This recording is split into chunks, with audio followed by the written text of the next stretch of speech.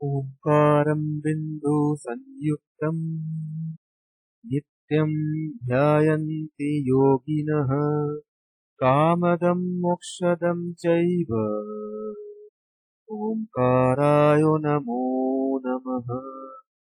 गुरुर्ब्रह्मा गुरुर्विष्णु गुरुदेवो महेश्वरः गुरु साक्षात् परब्रह्म तस्मै श्री गुरवे नमः। मैं योगाचार्य सूर्यकांत दत्ता। आज हम हठयोग के तृतीय पाठ को हम प्रस्तुत कर रहे हैं। हम हठयोग प्रतिपिका के तृतीय उपदेश और चतुर्थ उपदेश को प्रश्न उत्तर के रूप में प्रस्तुत कर रहे हैं। प्रश्न है कि कुंडलिनी के जागरण से क्या लाभ होते हैं? उत्तर है, जब गुरु की कृपा से और अर्थात गुरु के उपदेश से साधक की प्रसुप्त कुंडलिनी जब जागृत होती है, प्रसुप्त कुंडली जब जागृत होती है, तब साधक के उनके हृदय में कई तरह की ग्रंथियां, इन ग्रंथियों के नाम है ब्रह्म ग्रंथि, विष्णु ग्रंथि और रुद्र ग्रंथि। और सभी पद्म, ब्रह्म चक्र, इसके बाद आपका आता है आदि षट चक्र, ये सारे समस्त चक्र जो है वो खिल जाते हैं जब कुंडली जागृत होती है। हठयोग प्रतिपिका के तृतीय उपदेश के द्वितीय सूत्र या श्लोक के अनुसार द्वितीय और तृतीय श्लोक में बताया गया है कि जब गुरु की कृपा से साधक प्रसुप्त कुंडली उसकी जागृत होती है, जब हृदय की समस्त ग्रंथियां अर्थात ब्रह्म ग्रंथि, विष्णु ग्रंथि और रुद्र ग्रंथि और ब्रह्म चक्र और आदि षट चक्र इत्यादि वो खिल जाते हैं, और उसके पश्चात प्राण वायु को भी कफ इत्यादि दोष रहित सुषुम्ना नाड़ी के रूप में निर्द्वंद राजमार्ग के समान वो स्पष्ट मार्ग उसका खुल जाता है। और उस स्थिति में साधक का चित्त भी अन्य कोई भी आश्रय न मिलने के कारण वो बिल्कुल स्थिर हो जाता है, और तब उस सिद्ध योगी को मृत्यु के भय भी कोई उसको दिक्कत नहीं करता, अर्थात वो अभिनिवेश के भय से बाहर निकल आता है, उसको मृत्यु का भय नहीं लगता। प्रश्न है, सुषुम्ना शब्द के पर्यायवाची क्या क्या है और इनके संबंधित श्लोक का संख्या और श्लोक बताएं। उत्तर है, सुषुम्ना के बारे में तृतीय उपदेश में हठयोग प्रतिपिका के श्लोक नंबर 4 चतुर्थ श्लोक में बताया गया है, सुषुम्ना शून्य पदवी ब्रह्मरंध्रं महापथम शांभवी मध्य मार्गस्य वाचका। अर्थात सुषुम्ना के पर्यायवाची शब्द है सुषुम्ना, शून्य पदवी, ब्रह्मरंध्र जिसको हम ब्रह्म द्वार भी कहते हैं, महापथ, शमशान, शमशान, शांभवी और मध्य मार्ग। ये सारे शब्द केवल सुषुम्ना के ही पर्यायवाची है। परीक्षा में अगर सुषुम्ना के पर्यायवाची पूछते हैं, इसको आप लोग याद रखेंगे, सुषुम्ना, शून्य पदवी, ब्रह्मरंध्र अर्थात ब्रह्म द्वार, महापथ, शमशान, शांभवी, मध्य मार्ग।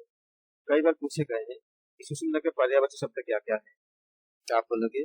सुषुम्ना, शून्य पदवी, ब्रह्मरंध्र अर्थात ब्रह्म द्वार भी कहते हैं इसको, और महापथ, शमशान, शांभवी और मध्य मार्ग, ये सारे सुषुम्ना के पर्यायवाची शब्द हैं।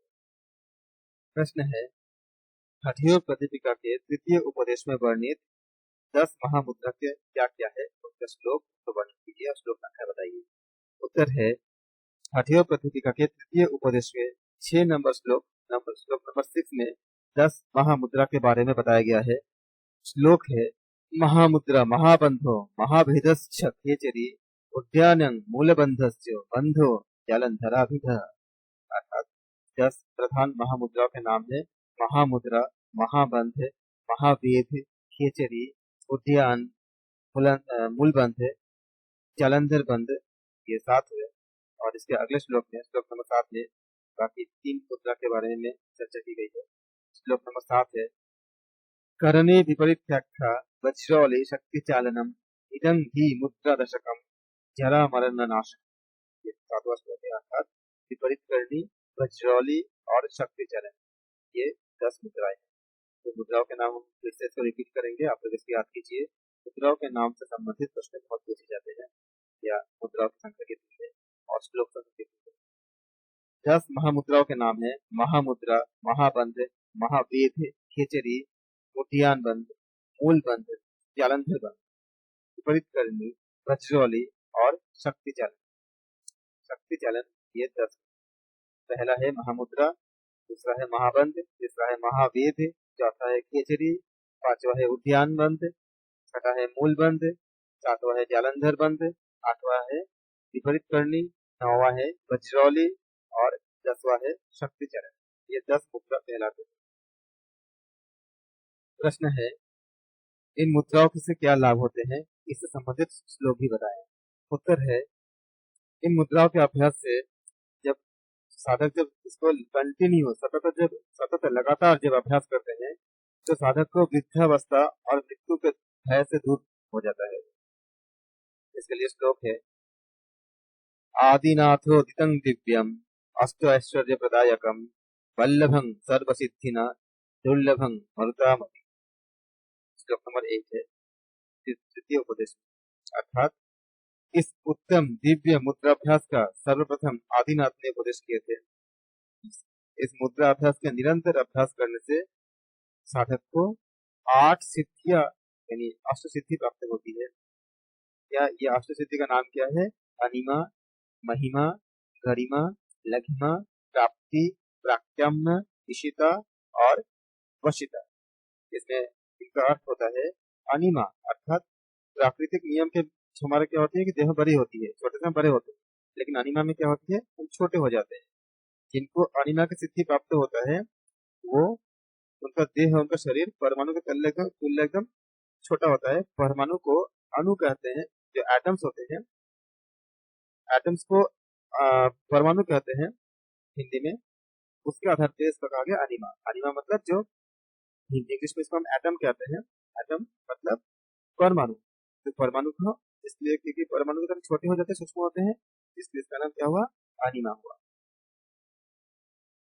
परमाणु कहते हैं, अणु नहीं कहते हैं, क्योंकि अणु मतलब मॉलिक्यूल होता है। तो मॉलिक्यूल दूसरी होती है जब दो परमाणु मिलते हैं आपस में, जैसे H2 हो गया, दो हाइड्रोजन के एटम मिल गए तो वो मॉलिक्यूल बनता है।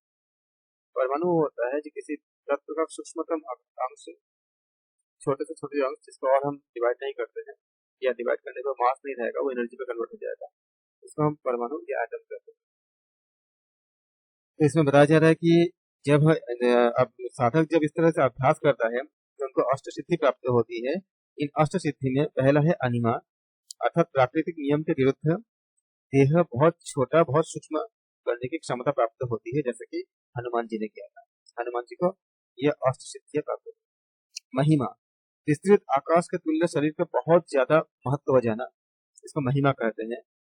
इसी गुण का उपयोग करके और हनुमान जी ने इतने बड़े पर्वत को अपने कंधे पे लाए थे।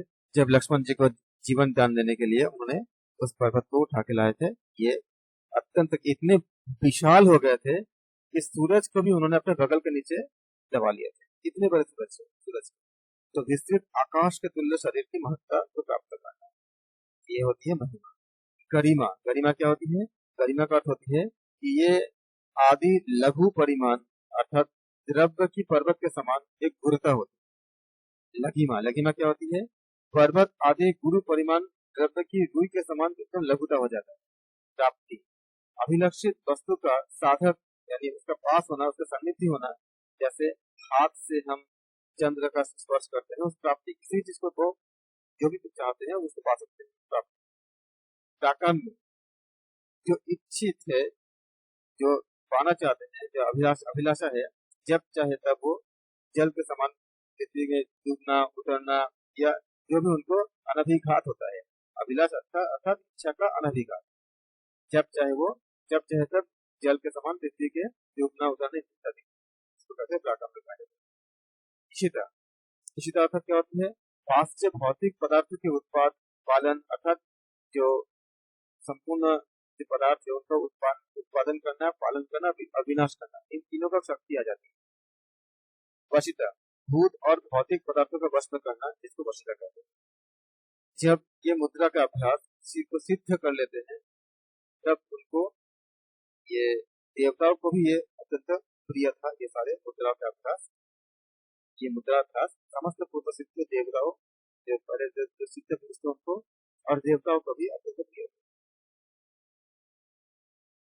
ये बहुत गोपनीय बताया गया है। ये संपूर्ण मुद्रा जो है ये ग्रंथ में बताया गया है कि गोपनीयं प्रयत्नेन यथा रत्न करंडकम कस्यचिन्न वक्तव्य कुल स्त्री सुरतंग, अर्थात इसको बहुत ही गोपनीय करने के लिए बना दिया है। आपने अगर किसी को सिद्धि प्राप्त भी होती है तो उसको भी गोपनीय रखना चाहिए। प्रश्न है, महामुद्रा के लाभ क्या होते हैं? उत्तर है, महामुद्रा के लाभ के संबंध में द्वितीय उपदेश के श्लोक संख्या 14 में कहा गया है, यं खलु महामुद्रा महासिद्ध प्रदर्शिता महाक्लेशा दयो दोषः क्षयन्ते मरणादया महामुद्रा च तयनेव वदन्ति विबुधोत्तम। अर्थात प्राचीन जो सिद्ध पुरुष होते हैं उन्होंने भी महामुद्रा की बहुत काफी प्रशंसा की है, क्योंकि महामुद्रा के जो सिद्ध करने पे जब सिद्ध हो जाते हैं, जब 5 क्लेशों, पंच क्लेश जो होती है अविद्या, अस्मिता, राग, द्वेष और अभिनिवेश, ये पंच महाक्लेश, इसका नाश हो जाता है। तो 5 महादोषों तथा जरा, मृत्यु, क्षय, इन तीनों का नाश होता है। इस कारण से इसको महामुद्रा कहते हैं, क्योंकि इस मुद्रा से जरा, मृत्यु, व्याधि अर्थात क्षय, इसका तो नाश होता ही है। इसके अलावा जो पंच क्लेश अविद्या, अस्मिता, राग, द्वेष और अभिनिवेश, ये 5 भी नष्ट होते हैं। ये महामुद्रा के लाभ है। जिनको महामुद्रा पूरा सिद्ध हो चुका होता है उनको प्राप्त होता है। ऐसा शुरुआत के अभ्यासी को ऐसा नहीं कि शुरू करेंगे तो मिल जाएगा या कुछ टाइम में मिल जाएगा, जिसको सिद्ध कर लेते हैं। लेकिन जो सिद्ध कर लेते हैं इस महामुद्रा के, तो तृतीय उपदेश में श्लोक नंबर 51 में बताया गया है कि इस महामुद्रा के अभ्यासी साधक के लिए कोई भी आहार पथ्य या पथ्य नहीं होता। अतः इस मुद्रा के अभ्यासी के लिए द्वारा किए गए आहार उसको वो बचा लेता है, कोई भी आहार उसके लिए कुछ दिक्कत नहीं होता। कि महामुद्रा के अभ्यासी साधक को भले ही ये भी कहा गया कि उसको अगर कोई ऐसा कोई आहार दे दी जाए जो साधारण लोगों के लिए बहुत हानिकारक होगा, लेकिन उनके लिए कुछ नहीं होगा कि वो अगर सिद्ध कर चुके। इसके लिए श्लोक नंबर महामुद्रा के ये श्लोक नंबर 16 में बताया गया है। द्वितीय उपदेश अध्योग प्रदीपिका के द्वितीय उपदेश के श्लोक संख्या 16 में बताया गया। श्लोक संख्या 16 है, 16 नंबर श्लोक है द्वितीय उपदेश के। न हि पथ्यं वा रसा सर्वेस्पि नीरसा अपि भुक्तं विषं घोरं योषमपि दीयते। अर्थात अगर उनको विष भी अगर उनको बाय चांस अगर गलती से अगर आ जाते हैं तो उसको भी वो कोई हानि नहीं पहुंचा पाते, परंतु ये अत्यंत सिद्ध योगियों के लिए, आम लोगों के लिए ऐसा नहीं मिलता। जो सिद्ध कर चुके हैं योगी जनों के, ऐसा ग्रंथ में बताया गया है हठयोग प्रदीपिका के श्लोक नंबर 16 नंबर श्लोक में तृतीय उपदेश। महामुद्रा के लाभ के बारे में श्लोक नंबर 17 नंबर श्लोक में भी बताया गया है। क्षय कुष्ठं गुदावर्तं गुल्मचिन्न पुरोगमा तस्य दोष क्षयं यन्ति महामुद्रा तु योऽभ्यसते। अर्थात के शरीर में महामुद्रा अभ्यास के पूर्व काल में जो संचित होती है, जो धातु क्षय, कुष्ठ, गुदावर्म, गुल्म रोग और अजीर्ण मतलब मंदक आदि रोग तथा वात, पित्त, कफ आदि से जो ज्वर आदि जो रोग है, इस महामुद्रा के अभ्यास से वो क्षीण हो जाते हैं और समय आते आते वह अभ्यासी इन रोगों से सर्वथा मुक्त होकर पूर्णतः स्वस्थ हो जाते हैं। ये महामुद्रा के निरंतर लगातार अभ्यास करते रहने से। योग प्रदीपिका के द्वितीय उपदेश के श्लोक नंबर 16 और 17 में महामुद्रा के लाभ का वर्णन। प्रश्न है, हठयोग प्रदीपिका के तृतीय उपदेश के अनुसार त्रिवेणी किसे कहते हैं? उत्तर है, ईरा, पिंगला और सुषुम्ना, इन तीनों का एक साथ हम त्रिवेणी कहते हैं। ईरा, पिंगला और सुषुम्ना तीनों को एक साथ हम त्रिवेणी कहते हैं। प्रश्न है, महापंथ का क्या लाभ है? उत्तर है, महापंथ का अभ्यास करने से साधक मृत्यु पाश को ढीला कर सकता है। इस पंथ के अभ्यास से तीनों नारियां अर्थात ईरा, पिंगला और सुषुम्ना का संगम हो जाता है। ये बंध गंगा, यमुना और सरस्वती के समान संगम वाले तीर्थराज प्रयाग की शोभा प्राप्त करता है। ये साधक के मन को भ्रुकुटियों के मध्य शिव स्थान, जिसको केदार कहते हैं, शिव स्थान केदार अर्थात उत्तम क्षेत्र तक पहुंचा देता है। याद रखेंगे, शिव स्थान वास्तव में ये सहस्रार चक्र ही होता है, जिसका हम केदार कहते हैं। शिव स्थान केदार ये उत्तम क्षेत्र तक पहुंचा देता है। महाबंध का अभ्यास से साधक, याद रखिएगा पहले पार्ट क्या है कि पहले बोलेंगे मृत्यु पाश को जीत लेता है, और इससे तीनों नारियां अर्थात त्रिवेणी अर्थात ईरा, पिंगला और सुषुम्ना इसका संगम हो जाता है। यहाँ पे गंगा, यमुना और सरस्वती के संगम वाले, क्योंकि हम जानते हैं कि प्रयागराज में क्या होता है कि गंगा, यमुना और सरस्वती तीनों का संगम होता है, उसको तीर्थ को प्रयागराज कहते हैं। और साधक के मन को भ्रुकुटी के मध्य, जिसको सहस्रार चक्र कहते हैं, जिसको शिव स्थान, जिसको केदार कहते हैं, उस क्षेत्र में उत्तम क्षेत्र में पहुंचा देता है महाबंध। कितने ज्यादा महत्वपूर्ण महाबंध। प्रश्न है, महावेद के अभ्यास का क्या लाभ होता है? उत्तर है, महावेद मुद्रा सतत जो अभ्यास करते हैं, इसके अभ्यास से साधक के लिए इसको अतिशय बहुत ज्यादा इसको शुद्ध पदार्थी मानते हैं। ये सिद्धि दाता है, मतलब सिद्धि पदार्थी होती है, जिससे बहुत ज्यादा सिद्धियां मिलती है।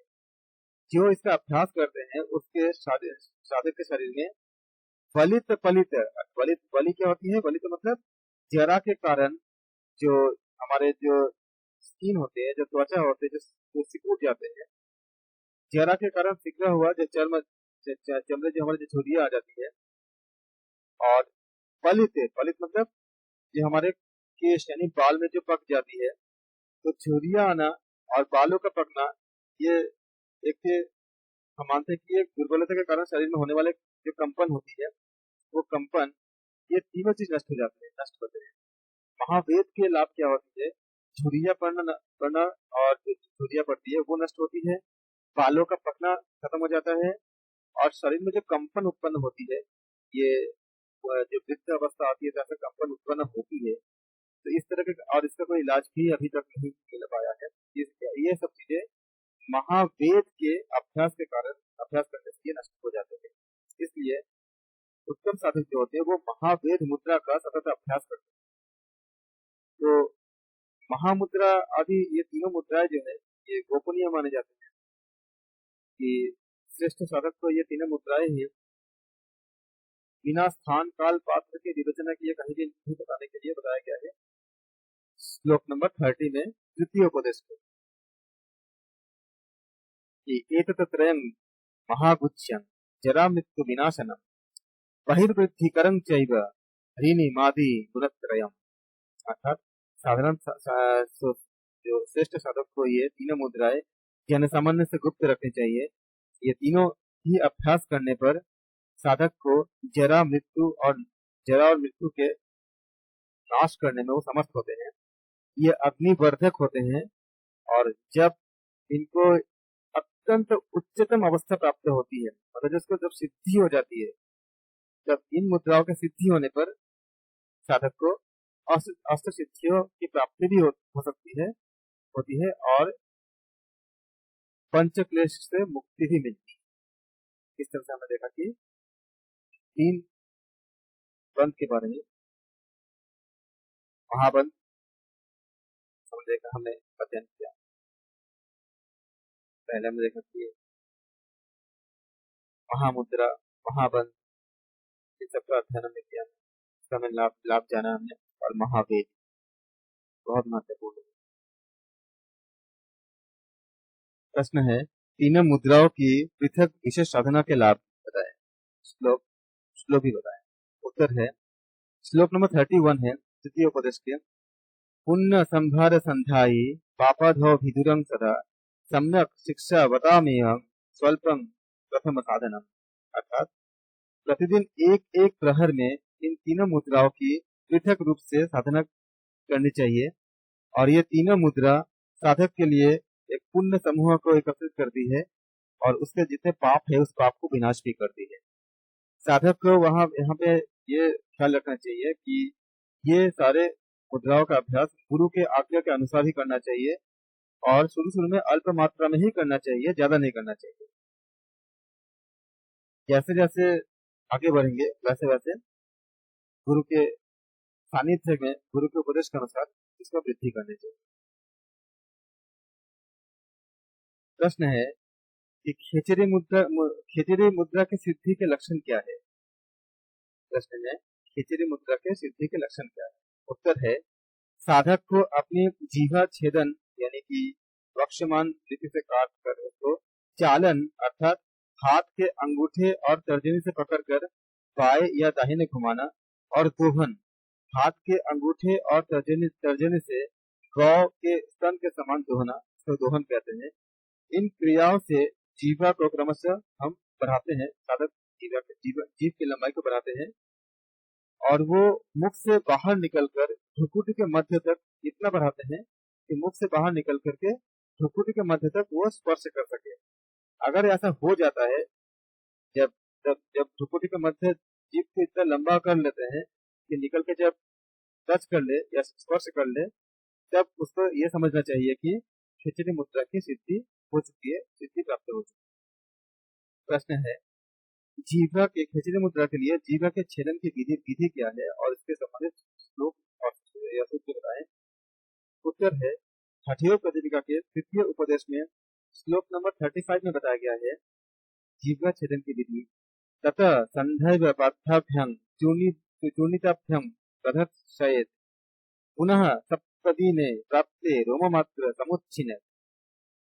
साधक स्नायु अर्थात सेहुंड के पत्र के समान कोई तीक्ष्ण, स्निग्ध और चिकना और स्वच्छ अस्त्र लेकर के प्रतिदिन गुरु जी के मार्गदर्शन में, गुरु जी के द्वारा उनके मार्गदर्शन में, उनके द्वारा कहे गए आधार पे, क्योंकि अकेले नहीं करना चाहिए, ये पूरा संपूर्ण क्रिया किसी योग्य गुरु जी के सानिध्य में करनी चाहिए। तो गुरु जी के मार्गदर्शन में, गुरुदेव के मार्गदर्शन में साधक सेहुंड के एक पत्र के समान कोई तीक्ष्ण, स्निग्ध अर्थात चिकना और स्वच्छ शस्त्र लेकर उससे प्रतिदिन अपने जीवा के मूल भाग का एक रोम अर्थात एक रोम मात्र एक अंश को काटना चाहिए। इसी को बताया गया कि ततः संधैव पथ्याभ्यं चूर्णिताभ्यं प्रदर्शयेत् पुनः सप्तदिने प्राप्ते रोममात्र समुच्छिन्नेत्। और उसके बाद इसमें सेधा नमक और हरे आती है, जो हरे का चूर्ण आती है, हमें इसका हम देखते हैं इस्तेमाल करते हुए। तो उसके बाद सेधा नमक और हरे का चूर्ण बनाकर जीवा के कटे हुए स्थान पर उसका हम घर्षण करते हैं।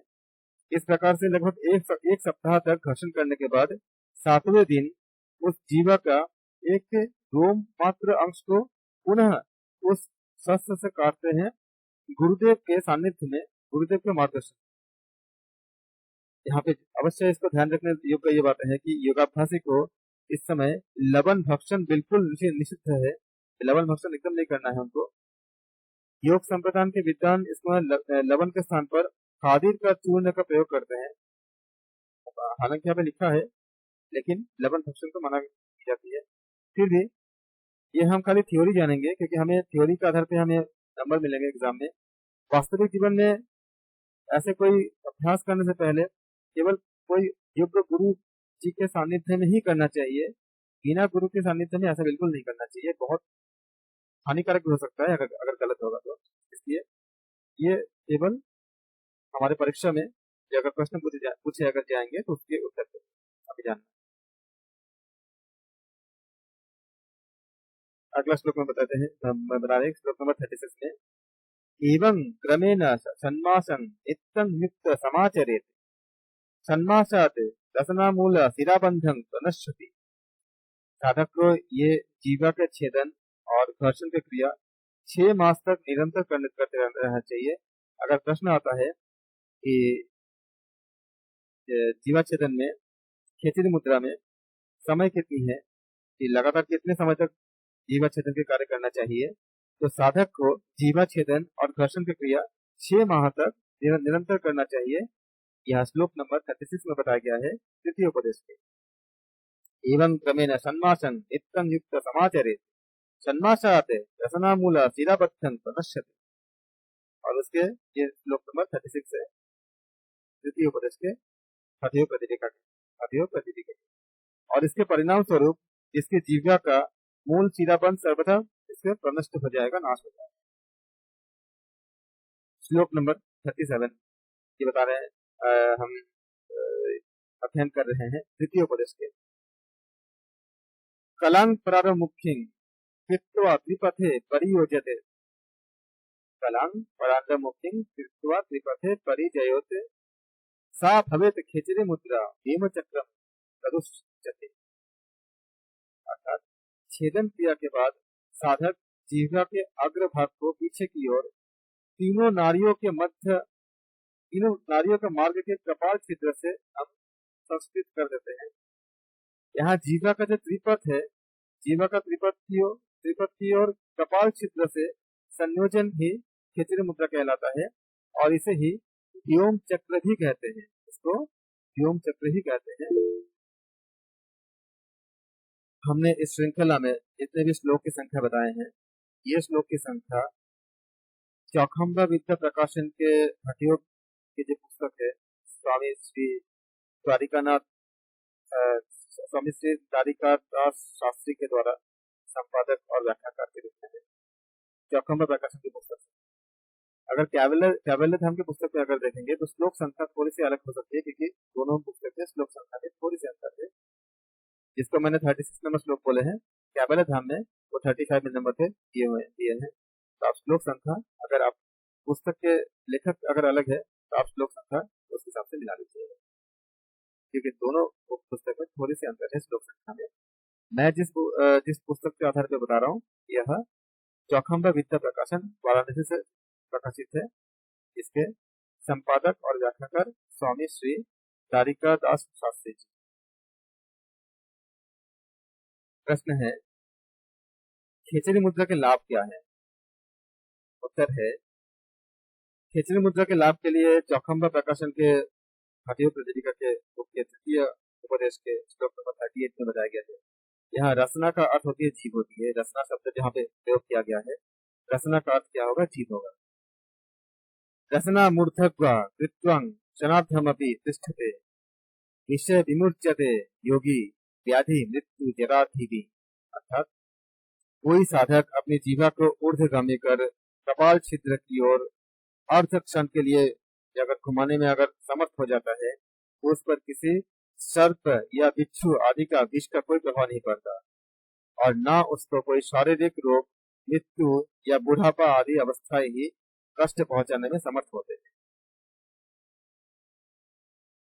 श्लोक नंबर 39 में बता रहे हैं, ना रोगो मरणं तंद्रा न निद्रा न क्षुधा तृषा न च मोक्ष भवत्यस्व यो मुद्रा वेत्ति खेचरी। अर्थात खेचरी मुद्रा के साधक को रोग, मृत्यु, तंद्रा या आलस्य, भूख, प्यास, मूर्छा आदि कोई भी उपद्रव उनको व्यथित नहीं कर पाता। खेचरी मुद्रा सिद्ध होने पर साधक को किसी भी तरह का कोई भौतिक रोग या आधिदैविक, प्रेत बाधा इत्यादि ऐसा कोई कर्मों से या अकाल मृत्यु से कभी पीड़ित नहीं होना पड़ता। खेचरी मुद्रा के अभ्यास क्रिया में साधक का चित्त आकाश यानी भ्रुकुटियों के मध्य में और उसकी जीभ भी आकाश में विचरण करने लग जाती है। अतः ये मुद्रा सिद्ध योगियों द्वारा खेचरी कहलाती है। खेचरी मुद्रा सिद्ध साधक को कभी वीर्य प्राप्त नहीं होता, भले ही वो कितने ही सुंदर स्त्री के साथ कितने समय तक रमण करे, उसका वीर्य प्राप्त नहीं होता। यह बात बताई गई है श्लोक नंबर 42 में तृतीय उपदेश में। श्लोक है, खेचर्या मुद्रितं येन विवरं लंबिकोर्धत न तस्य क्षरते बिंदुं कमिन्न श्लेषितस्य न तस्य क्षरते बिंदु कमिन्न श्लेषितस्य। जिस योगी ने अपने छिन्न जिह्वा द्वारा अपने कपाल छिद्र का मुद्रण यानी अवरोध कर दिया है, उसका वीर्यपात कभी नहीं हो सकता, भले ही उसके साथ कैसे भी सुंदर स्त्री कितने ही समय तक रमन करे, लेकिन उनके वीर्यपात नहीं होता। ये खेचरी मुद्रा के लाभ है। बहुत से लाभ में से एक लाभ है। और अगर किसी साधक का वीर्य स्त्री रमन करते समय चलायमान होकर स्त्री के योनि तक आ भी जाता है, तो वह लिंग संकोचन के रूप में योनि मुद्रा से, जिसको वज्रौली क्रिया कहते हैं, उसका पुनः ऊपर खींच लेते हैं। इस प्रकार शक्ति से खींचा गया वह बिंदु सुषुम्ना मार्ग से पुनः अपने ही स्थान पे पहुंच जाता है। इसके लिए सूत्र नंबर 43 में बताया गया है कि चलितोपि यदा यदा बिंदु संप्राप्तो योनि मंडलम वज्रकूध्वं ऋतं सप्ता निबंध योनि मुद्रया। प्रश्न है, छिन्न जिह्वा से सोमपान का क्या फल होता है? उत्तर है, छिन्न जिह्वा से सोमपान का पहला फल है मृत्यु पर विजय। जो साधक अपने छिन्न मूल जिह्वा को ऊर्ध्व विवर की ओर उन्मुख करके स्थिर चित्त होकर ऊर्ध्व विवर से झरते हुए अमृत का पान करता है, वह योगी अर्धमास यानी 15 दिन में ही मृत्यु पर विजय प्राप्त करके वह काल जयी हो जाता है। इसीलिए योगाभ्यास को देवता भी नहीं कर पाते कि वो एक कर्म का फल को भोग करते हैं। केवल मनुष्य जन्म ही ऐसा है जो योग को अपना करके ऐसे कोई भी सिद्धियां प्राप्त कर सकते हैं। पहला मृत्यु विजय है। दूसरा है विषनाश। जिस खेचरी मुद्रा के अभ्यासी योगी को इस अमृत पान का स्वाद लग जाता है, तो उसके शरीर पर तक्षक सबसे बहुत खतरनाक और विषैला सांप को तक्षक कहते हैं। तक्षक सर्प के घोर विष का भी कोई प्रभाव नहीं पड़ता, जिनको वो सिद्ध होते हैं। नॉर्मल लोगों को नहीं, बहुत सिद्ध योगी को जब उस अवस्था में पहुंच जाता है। और तीसरा लाभ क्या है? अमर तत्व की प्राप्ति होती है।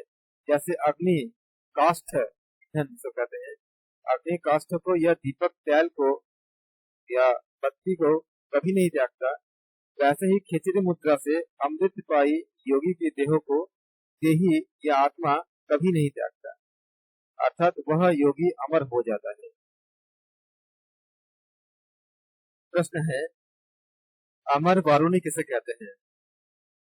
उत्तर है, हठयोग प्रदीपिका के तृतीय उपदेश में बताए गए हैं अमर वारुणी के बारे में कि तालु के ऊर्ध्व भाग में स्थित छिद्र में प्रविष्ट हुई जीवा के स्पर्श से, जब जीवा जब टच करता है तो जीवा के स्पर्श से जो उष्मा के कारण जो द्रवित चंद्रसार, उसको अमृत भी कहते हैं, वो अमृत वारुणी के रूप में जाने जाते हैं। उसको हम अमृत वारुणी कहते हैं।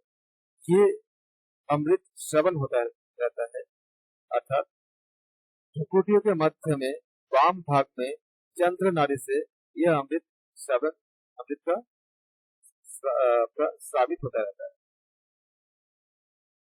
सोमपाई, जो सोम रस को पान करते हैं, सोमपाई वो निरोग होते हैं और काल को जीत लेता है। अर्थात जो योगाभ्यासी ऊपर की ओर मुख करके विपरीत करनी मुद्रा द्वारा अपनी लंबित जिह्वा को कपाल छिद्र से संपृक्त कर पराशक्ति कुंडलिनी का चिंतन करते हुए प्राणायाम द्वारा हठयोग से प्राप्त षोडश यानी 16 पत्र वाले कमल से प्राप्त उत्ताल तरंगों वाले प्रवाह में स्वच्छ जल अर्थात अमृत का पान करता है, वह निरोग यानी स्वस्थ तथा पद्म पुष्प के तुल्य कोमल शरीर और चिरंजीवी हो जाता है। प्रश्न है, सोमपाई की काय शुद्धि की विवेचना कीजिए और ये किस श्लोक में बताई गई है? उत्तर है, हठयोग प्रदीपिका के तृतीय उपदेश में चौखम विद्या भवन के बुक के अनुसार, पुस्तक के अनुसार श्लोक नंबर 52 में है सोमपाई की काय शुद्धि। इसका अर्थ हुआ कि अगर सुधी जन अगर सुषुम्ना के मूर्ध यानी कि शिरोभाग में स्थित कपाल छिद्र में, जिसमें कि सोम कला का ठंडा जल रहता है, वो आत्म तत्व की वासस्थान मान उसको कहा जाता है। उस छिद्र के समीप ही गंगा, यमुना और सरस्वती, नर्मदा आदि नदियों के नाम से वाच्य ईरा, सुषुम्ना, गांधारी आदि नाड़ियों का अग्रभाग में स्थित होता है। उसमें ईरा, पिंगला, सुषुम्ना, गांधारी आदि नाड़ियों का अग्रभाग भी वहां पर स्थित होता है। चंद्रमा से जो शरीर का सारभूत अंश झड़ता है, उससे मनुष्य की मृत्यु होती है। वो सारभूत का अंश अगर क्षय न हो सके, उसका अगर क्षरित ना हो, तो उस समय योगाभ्यासी को खेचरी मुद्रा का दृढ़तया अभ्यास करके उसको जब अभ्यास करते हैं तो उससे उसके काय शुद्धि हो जाती है। और जब काय शुद्धि होती है तब उनको इस तरह के जितना लाभ बताए गए हैं उस लाभ की प्राप्ति होती है।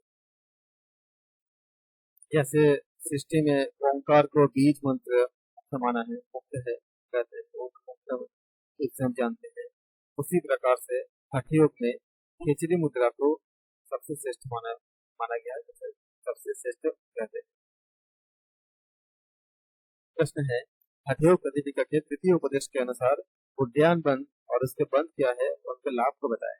उत्तर है, उद्यान बंद का जिस बंध से इसका शाब्दिक अर्थ होती है शब्द के रूप में, जिस बंध से बंधा हुआ प्राण वायु, जिस बंध से बंधा हुआ प्राण वायु सुषुम्ना में आकाश मार्ग से जाता है यानी उड़ता है, और क्योंकि वो आकाश मार्ग से जाता है वो उड़ित मतलब उड़ता रहता है, इस कारण से योगी सिद्ध द्वारा इसको उद्यान बंध कहा गया है।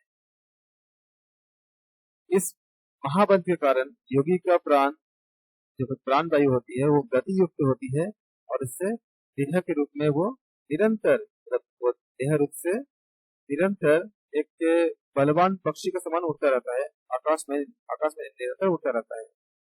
इसलिए वहां विद्वानों ने उनको बंद कहा है।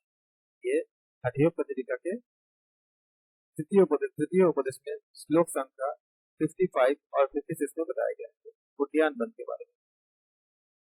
उद्यान बंद मृत्यु विजयी है, क्योंकि उद्यान बंद के जो अभ्यास करने से उदर और नाभि के ऊपर का पृष्ठ का भाग एक साथ संलग्न हो जाता है, तो योगी का ऐसा में प्राण वायु का ऐसा आकर्षण करते हैं जिससे कि इसके जो अभ्यस्त होने के बाद उद्यान बंद मृत्यु रूप गज के लिए भी सिंह के समान में प्रतिबंधित हो जाता है कि वो मृत्यु पर विजय प्राप्त कर लेता है। जब लगातार कोई अगर उद्यान मंत्र अभ्यास करता है तो इसमें वृद्ध भी एक नवयुवक तरुण के समान हो जाता है। उद्यान बंध से मृत्यु पर विजय प्राप्त करने के लिए कहा गया कि श्लोक नंबर 59 में बताया गया है कि यदि योगी इस बंध के अभ्यास काल में नाभि के ऊर्ध्व भाग का तथा अधोभाग को प्राण वायु के आकर्षण के द्वारा पृष्ठ भाग से संस्कृत करता रहे तो वह योगी 6 माह तक इसका अभ्यास करने के बाद अपनी मृत्यु पर विजय प्राप्त कर लेता है। उद्यान बंध के दृढ़ और अभ्यस्त हो जाने पर योगी की मुक्ति भी सहज और आसानी से हो जाती है। प्रश्न है, मूल बंध की लाभ क्या है बताएं।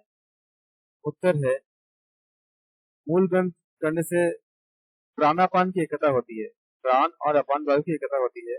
इस प्रकार से स्वाभाविक ऊर्ध्व और अधोगति वाले प्राणापान इस वायु प्राण और अपान वायु, जिसको भगवत गीता में भी बताया गया है कि प्राण और अपान वायु के एकत्र करने के लिए प्राणापान वायु इस मूल बंध प्रक्रिया से एक हुए अनाहत नाद और बिंदु योगी की योग क्रिया को सम्यक प्रकार से सिद्धि यानी सफलता प्रदान करता है।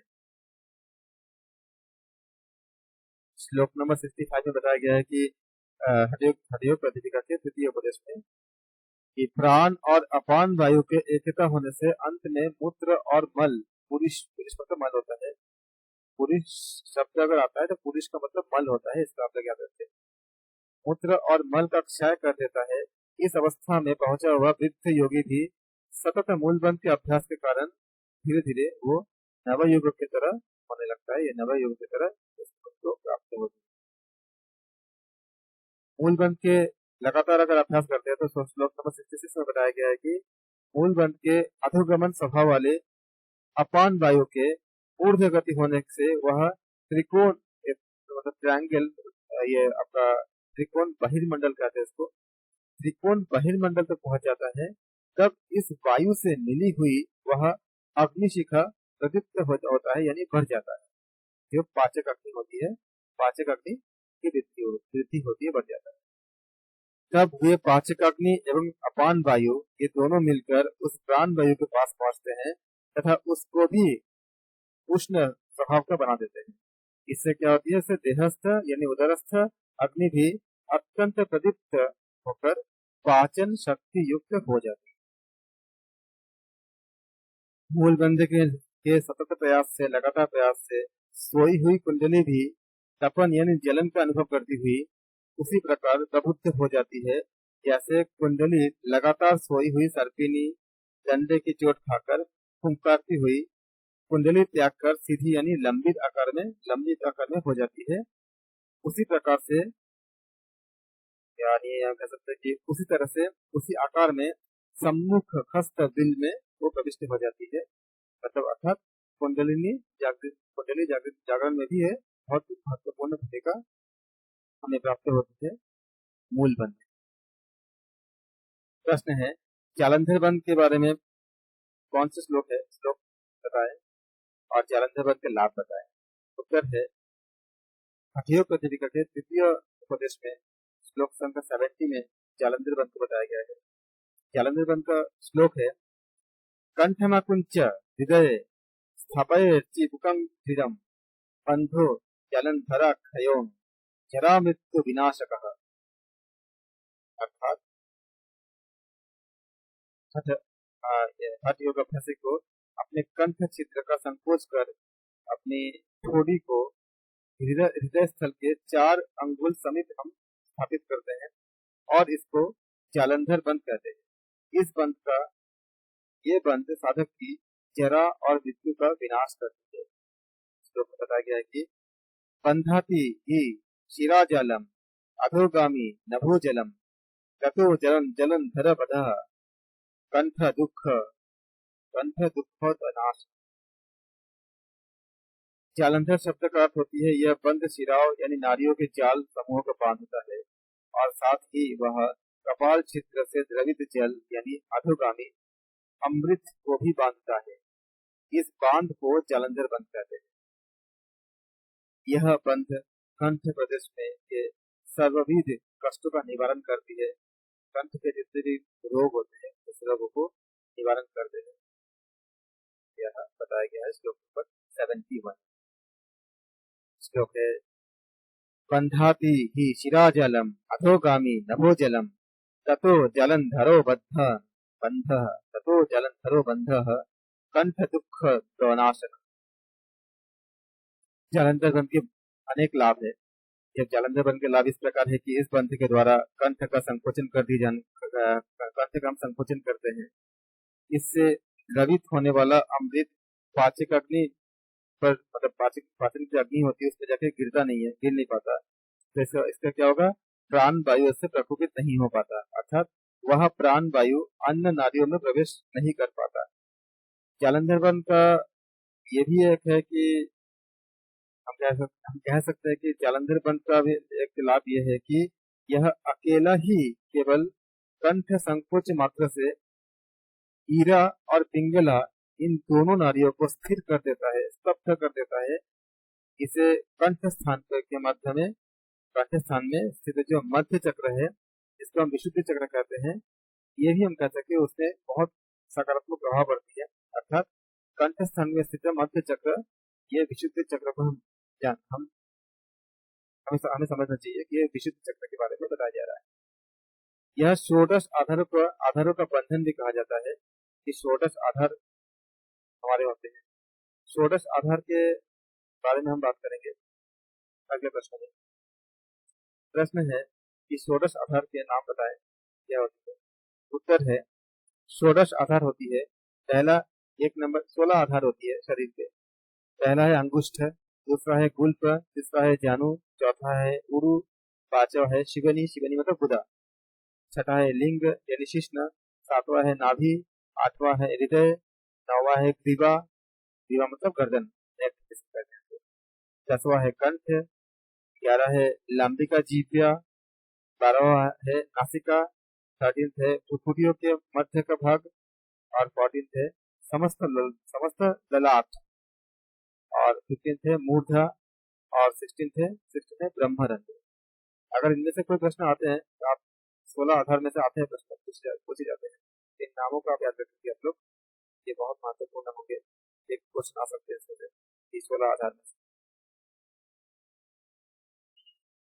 जालंधर बंद के नियमित अभ्यास करने से प्राण वायु के में स्थिरता आती है, और जब प्राण वायु में स्थिरता आती है तो उस योगाभ्यासी को जरा, रोग या मृत्यु से भय नहीं होता। प्रश्न है, विपरीत करनी मुद्रा का लक्षण क्या होता है? उत्तर है, हठयोग प्रतिपिका के तृतीय उपदेश के अनुसार श्लोक संख्या 79 में बताया गया है कि जब कोई योगाभ्यासी साधक गुरु प्रतिष्ठ उपाय से साधना करता हुआ ऊर्ध नाभि पर अधस्थालो स्थिति वाला जब हो जाता है, जब ऐसा जब वो स्थिति उत्पन्न करता है तो उसकी सूर्य नाड़ी ऊपरी भाग में आ जाती है और चंद्र नाड़ी अधोभाग में चली जाती है। यह उसकी विपरीत करनी मुद्रा कहलाती है।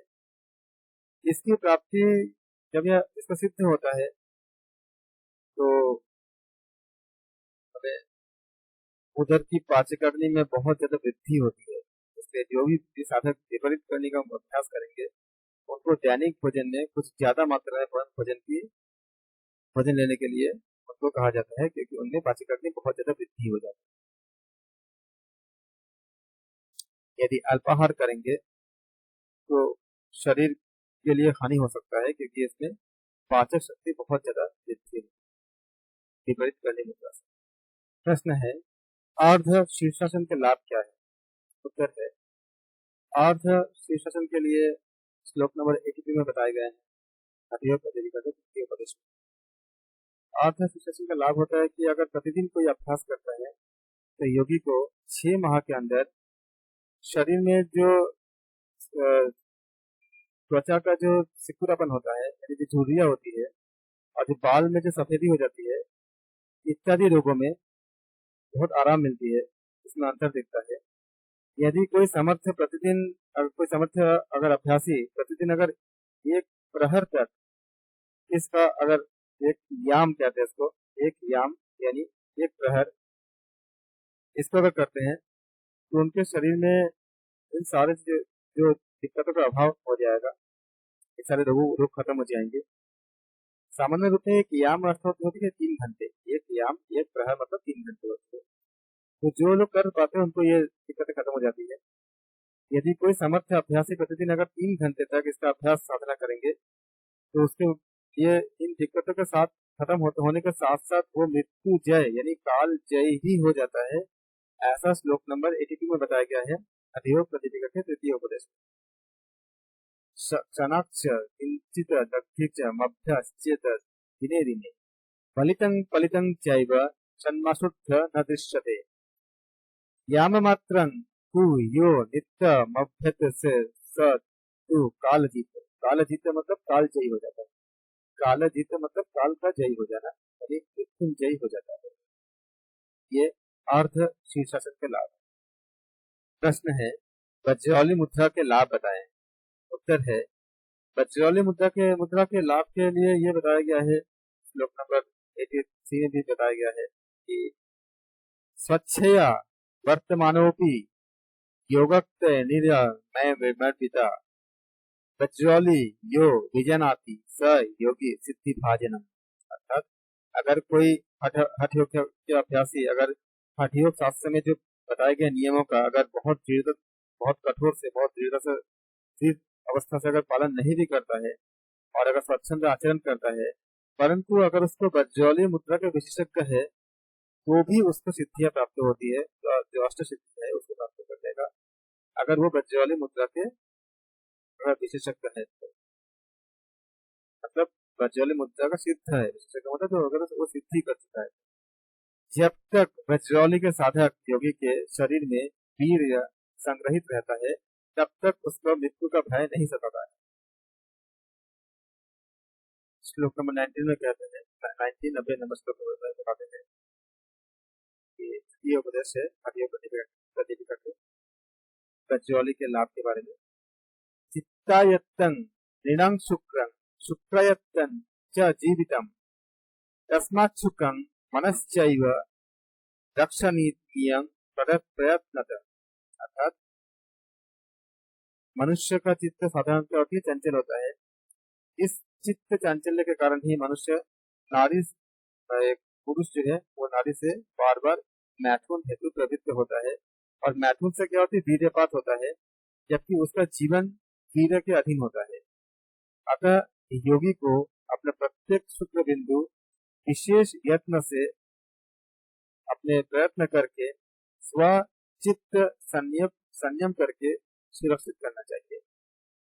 और श्लोक नंबर 91 में बताया गया है कि इस अभ्यास विधि से आकर्षण द्वारा ऋतुमती के रज और स्वकीय शुक्र बिंदु की रक्षा करना चाहिए। यह पूर्वोक्त विधि यही होती है कि यदि योगी वज्रौली मुद्रा के द्वारा स्वकीय शिश्न से उसके रज का ऊपर की ओर भली भांति आकर्षण करते हैं। प्रश्न है, अम्रौली क्रिया किसे कहते हैं? उत्तर है, हठ योग के अभ्यासी अपनी जलधारा यानी मूत्रधारा का प्रथम अंश पित्त अधिक होने के कारण तथा अंतिम अंश भी निस्वार होने के कारण उनको त्याग करना चाहिए, और उसकी शीत मध्य धारा मतलब जो बीच का हिस्सा होता है उसको पान करना। अगर जो पान करना, यह अम्रौली क्रिया कहलाता है। यह योग विशेष के अनुयायी कापालिक संप्रदाय के योगी के मत के अनुसार यह अम्रौली क्रिया कहते हैं।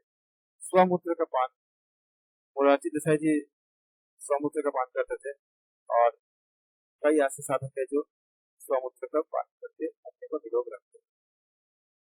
लेकिन इसमें पहला मूत्र का पहला हिस्सा छोड़ देते हैं, बीच का हिस्सा लेते हैं और अंतिम भाग को छोड़ देते हैं। यह अम्रौली क्रिया मुख और नासिका दोनों से किए जाते हैं, इसलिए इसके कारण ये विविध होती है। अम्रौली के लाभ ये होते हैं कि कोई योगाभ्यासी अगर अम्रौली के माध्यम आगे अभ्यास करते हैं और अम्रौली के अभ्यास से निकली हुई चंद्रमासी सुधा जिसको अमृत कहते हैं, उस अमृत का पूर्वोक्त भस्म में मिला करके अपने सिर, कपाल, नेत्र, स्कंध, कंठ, हृदय और भुजा आदि उत्तम अंगों पर लेप करे तो उस लेप से उस योगी को दिव्य दृष्टि प्राप्त होता है। वह त्रिकालदर्शी, दूरदर्शी और सूक्ष्मदर्शी हो जाता है।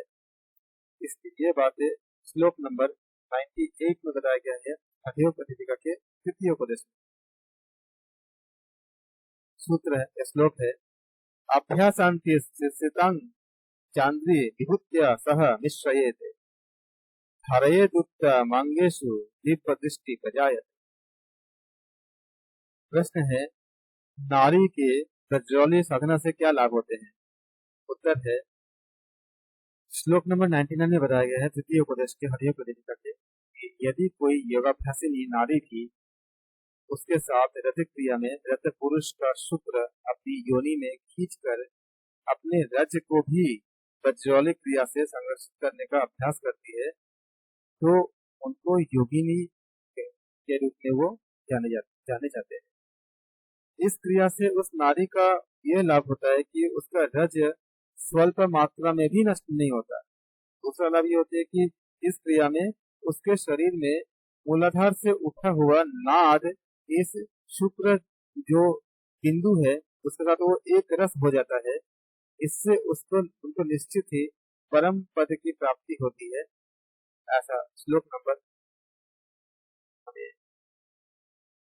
99 से लेकर के 102 तक श्लोक के अंदर इन बातों की चर्चा की गई है हठयोग प्रतिपिका के तृतीय उपदेश में। अर्थात पुरुष का वह शुक्र बिंदु और स्त्री का रज दोनों वज्रौली क्रिया से एक रस होकर नारी देह में स्थित रहकर सर्वसिद्धि के प्रदान करने वाले हो जाते हैं।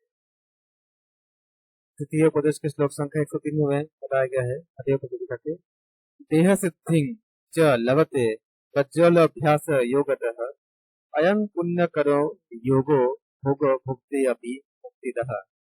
अर्थात इस वज्रौली के अभ्यास से नारी अपनी काय सिद्धि भी प्राप्त कर लेती है, अर्थात वह अपने शरीर में अपरिमित रूप, लावण्य और असीमित बल तथा ऐसी कठोरता प्राप्त कर लेती है जिससे कि वह वज्र के आघात को भी सहन कर सके।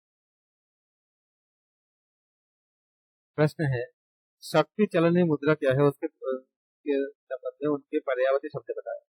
उत्तर है शक्ति चलन निरूपण के अभिलाषी के लिए पर्यायवाची शब्द का इस प्रकार है कि शक्ति चलन का हम कुटिलांगी, कुंडलिनी, भुजंगी, शक्ति, ईश्वरी, कुंडली और अरुंधति, ये सारे शक्ति के पर्यायवाची शब्द होते हैं। ये एक ही अर्थ के होते हैं। परीक्षा में इनमें से कोई पूछे जा सकते हैं, कई बार पूछे भी गए हैं कि इनके पर्यायवाची शब्द क्या है। आप बोलोगे कुटिलाग्नि, कुंडलिनी, भुजंगी, शक्ति, ईश्वरी, कुंडली और अरुंधति। योगी अपने मोक्ष द्वार सुषुम्ना मार्ग को कुंडलिनी शक्ति से खोलते हैं। शक्ति चलन के लिए श्लोक है 104 नंबर श्लोक में कुटिलांगी, कुंडलिनी, भुजंगी, शक्ति ईश्वरी, कुंडलाधर अरुंधति चैते शब्द पर्यायवाचक शब्द के लिए बताया गया है। प्रश्न है कुंडली शक्ति से आप क्या समझते हैं?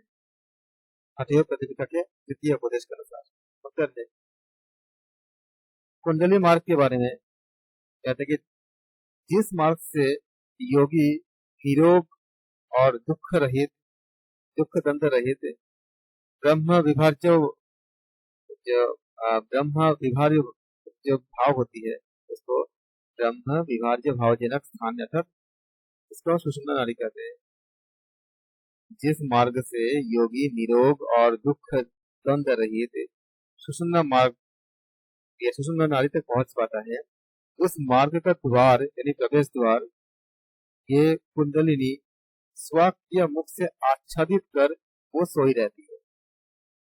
यह कुंडली शक्ति ब्रह्मचक्र के, हमारा जो ब्रह्मचक्र है, ये कुंडली शक्ति ब्रह्मचक्र में मूल कंठ के ऊपर सोई हुई योगियों को मोक्ष प्रदान करने वाली होती है तथा सांसारिक पुरुषों को भवबंधन में डालने वाली होती है। दोनों ही काम करती है। ये कुंडली शक्ति ब्रह्मचक्र में मूल कंध के ऊपर सोई हुई योगियों को मोक्ष प्रदान करने वाली होती है और सांसारिक पुरुषों को भवबंधन में डालने वाली होती है। जो इसको भली भांति जान लेता है वह योग शास्त्र का ज्ञाता होता है, कुंडलिनी के आकार, कुंडली का जो आकार होती है उसके बारे में बताया जा रहा है। ये श्लोक नंबर 107 में था। कुंडली के बारे में जो बताया गया है कि कंदोर्ध कुंडली शक्ति सुप्ता मोक्षाय योगी नाम बंधनाय च मूढ़ानां यस्ता व्यक्ति च योगविद। अर्थात यह कुंडली शक्ति ब्रह्मचक्र में मूल कंध के ऊपर सोई हुई योगियों को मोक्ष देती है और सांसारिक पुरुष को भवबंधन में भी यही शक्ति डालती है। श्लोक नंबर 107 है तृतीय उपदेश के हठयोग प्रतियोगिता। कुंडली के आकार के बारे में 108 नंबर श्लोक में बताया गया है कि कुंडली कुटिलाकार सर्पवत परिकीर्तिता सा शक्ति चालिनी येन स मुक्त नत्र संशयः। ये कुंडली शक्ति सर्प के समान कुटिल यानी तेरे मेरे युवक रेखा करके होती है।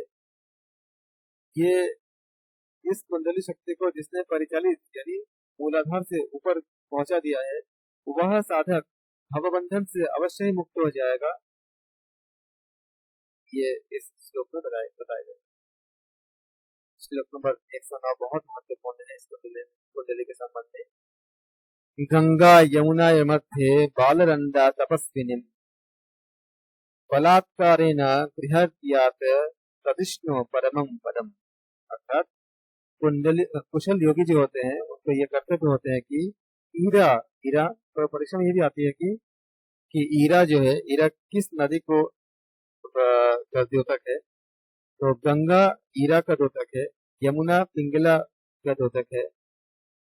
तो कुशल योगी का ये कर्तव्य होता है कि गंगा यानी ईरा नारी तथा यमुना यानी पिंगला के मध्य में सुषुम्ना के मार्ग में सोई हुई बाल रंडा, याद रखिएगा बाल रंडा कहलाने वाली इस तपस्विनी कुंडली को हठ पूर्वक ग्रहण करने चाहिए, क्योंकि वह विष्णु पाद यानी परम पाद यानी आत्म पद का प्रापक होते हैं। विष्णु पद इसी जगह प्राप्त होते हैं। अगले श्लोक में बताते हैं, श्लोक नंबर 110 में, ईरा भगवती गंगा पिंगला यमुना नदी, ईरा पिंगलयोर मध्य बालरंदा च कुंडली। बहुत महत्वपूर्ण श्लोक है, इसमें से क्वेश्चन बनते जाते हैं, बहुत ज्यादा क्वेश्चन बनते हैं। ईरा भगवती गंगा पिंगला यमुना नदी। तो भगवती गंगा को क्या है, ईरा है। यहाँ पे वाम निश्वास वाली ईरा, अब जो बाएं तरफ का जो श्वास छोड़ते हैं वो ईरा है। वाम निश्वास वाली ईरा नारी को भगवती गंगा कहते हैं। परीक्षा में अगर आता है कि बाएं श्वास को क्या कहते हैं, तो अगर भगवती गंगा का ऑप्शन रहेगा तो आप बोलोगे वाम निश्वास वाली ईरा जो है उसको, नाच नारी को भगवती गंगा कहते हैं, और दक्षिण दाया निश्वास वाली नारी को हम पिंगला कहते हैं। मतलब पिंगला यानी दक्षिण निश्वास वाली को पिंगला कहते हैं, जिसको यमुना के नाम से जानते हैं, यमुना नदी के नाम से चलिए दिखाते हैं। तो यमुना नदी पिंगला नारी है और माँ भगवती गंगा ईरा नारी है। इन दोनों नारियों के बीच में, इन दोनों नारियों के मध्य में बाल रंडा कुंडली स्थित है। तो बाल रंडा कहाँ पर स्थित है, इन दोनों नारियों के बीच में स्थित है। दोनों नारियां क्या है, गंगा, भगवती गंगा और यमुना। भगवती गंगा कौन से नारी का द्योतक है, ईरा नारी के लिए, और यमुना पिंगला नारी के लिए। इन दोनों के बीच में कौन है, बाल रंडा है, जो स्थित होते हैं। इनमें से कई तरह का क्वेश्चन पूछे जाते हैं। इस टॉपिक, इन हर शब्दों का आप लोग याद रखेंगे, प्रश्न भी बनता है। प्रश्न है, शक्ति चलन में कंद का स्थान और स्वरूप क्या है। उत्तर है, कंद संपिंडन से शक्ति चलन के लिए बताया, ये बात है कि मूलाधार से एक वितस्ती यानी एक बालिस्त ऊपर नाभि और शिश्न के मध्य 4 अंगुल चौड़ा उस कंद का स्थान है। मूलाधार से एक वितस्ती यानी एक बालिस्त ऊपर नाभि और शिश्न के मध्य में 4 अंगुल चौड़ा उस कंद का स्थान होता है, तथा उसका स्वरूप के लिए बताया गया है कि यह कोमल मतलब मृदुल और श्वेत यानी धवल, ये श्वेत कपड़े में लपेटे हुए वस्त्र के समान त्वचा से आवृत होता है। श्लोक नंबर 113 में बताया गया है, 130 में 113 113 श्लोक में बताया गया है द्वितीय उपदेश में ये बात है। ऊर्ध्वं वितस्ति मात्रं तु विस्तारं चतुरंगलम मृदुलं धवलं प्रोक्तं वेष्टिताम्बरलंब लक्षणम। प्रश्न है, शक्ति चलन का क्या लाभ होता है। उत्तर है, बुद्धिमान साधक को सुख से सोई हुई अरुंधति अथवा शक्ति का प्रतिदिन संचालन या अगर उद्बोधन करते हैं तो इस क्रिया से प्राण वायु सुषुम्ना की ओर अनायास ही बढ़ने लगता है। जब योगी शरीर में स्थित सभी रोगों से मुक्त होने लगता है। शक्ति चलन की क्रिया को पूर्ण करने से मृत्यु पर विजय प्राप्त होगी। अब हम प्रश्नोत्तर करेंगे चतुर्थ उपदेश से। द्वितीय उपदेश तक हमारा समाप्त हुआ। हठयोग प्रतिदिका के चतुर्थ उपदेश, जिसको हम समाधि क्रम कहते हैं।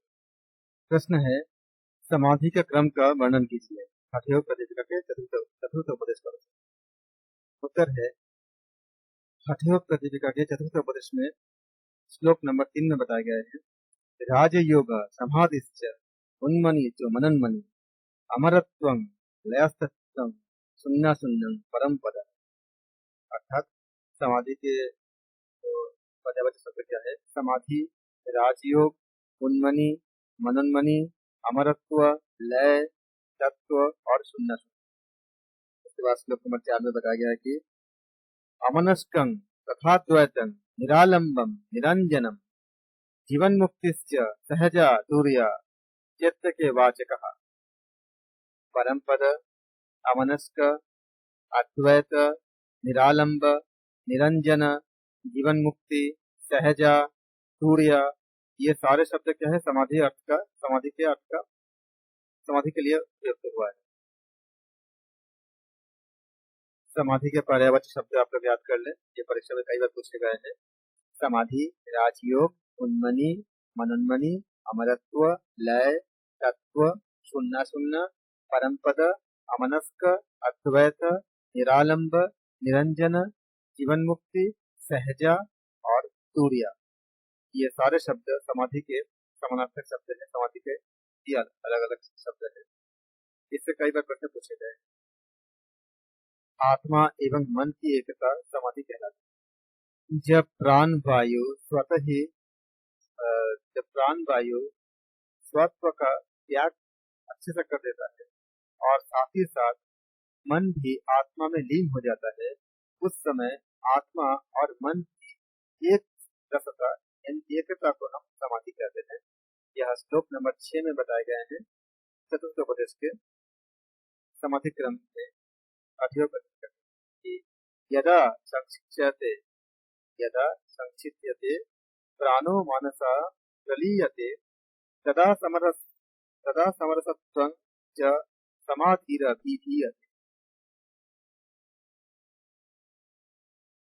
इन दोनों आत्मा एवं मन की यह एकता और समरसता या जीवात्मा एवं परमात्मा की एकता यह समरसता ही समाधि कहलाती है। इसको हम ये बताया गया कि जब सभी मानसिक संकल्प विकल्प क्षीण होते हैं, तब उस अवस्था को, वो जो अवस्था होती है उसको समाधि कहते हैं। ये श्लोक नंबर 7 में बताया गया है चतुर्थोपदेश। प्रश्न है, प्राण का शून्य में लय क्या है? उत्तर है, मत्स्येंद्रनाथ आदि योगी राजोद्योग के द्वारा जो बोधित जो आसन है, उन आसनों से कुंभक आदि अलग अलग प्राणायामों के द्वारा साधनों के महाशक्ति कुंडलिनी के जागृत होने पर प्राण वायु शून्य यानी महारंध्र यानी ब्रह्मरंध्र में विलीन हो जाता है।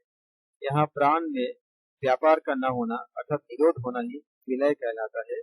यह प्राण का शून्य में लय हो जाना होता है। प्रश्न है, सहजावस्था क्या होती है? इसको समझाएं। प्राणायाम के शून्य में लय होने संबंधित श्लोक नंबर 10 है चतुर्थ उपदेश में हठयोग प्रतिदिन। प्रश्न है, सहजावस्था क्या होती है? उत्तर है, साधना द्वारा जो जब संपन्न हो जाता है, मतलब शक्ति बोध यानी कुंडली बोध जिसको त्याग दिए है, जिसमें समस्त व्यापार, जिसमें ऐसे योगी की जो निर्विकार अवस्था होती है, जो निर्विकार रूप से जो स्थिति होती है, वह स्वमेव हो जाती है। क्योंकि आसन आदि की साधना से देह के व्यापार का त्याग होने पर प्राण और इंद्रियों में व्यापार बना रहता है। प्रत्याहार, धारणा, ध्यान और संप्रज्ञात समाधि के द्वारा मानसिक व्यापार का त्याग होने पर वह व्यापार बुद्धि में स्थित हो पाता है। क्योंकि श्रुति कहती है कि यह पुरुष असंग है। यह इस श्रुति प्रमाण से पुरुष अपरिणामी तथा शुद्ध रूप में हो जाता है। उस समय सप्तगुण वाली बुद्धि परिणाम शालिनी होने से उस व्यापार को करती है।